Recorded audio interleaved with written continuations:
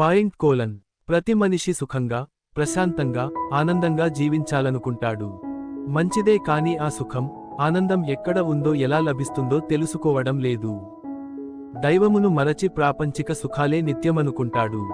సుఖము వచ్చినప్పుడు తానే కర్తనంటాడు. దుఃఖము వస్తే దైవమును నిందిస్తాడు.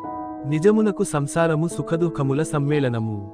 సుఖదుఃఖాలు ఒకదాని వెంట ఒకటి వస్తూపోతూ ఉంటాయి. మనసును ప్రాపంచిక విషయముల నుండి మరలించి భగవంతుని యందు స్థిరంగా ఉంచితే అదే శాశ్వత సుఖము. దానికోసం ఎవరూ ప్రయత్నించరు. ఎప్పుడూ తాత్కాలిక సుఖాల కోసమే పాకులాడుతుంటాము.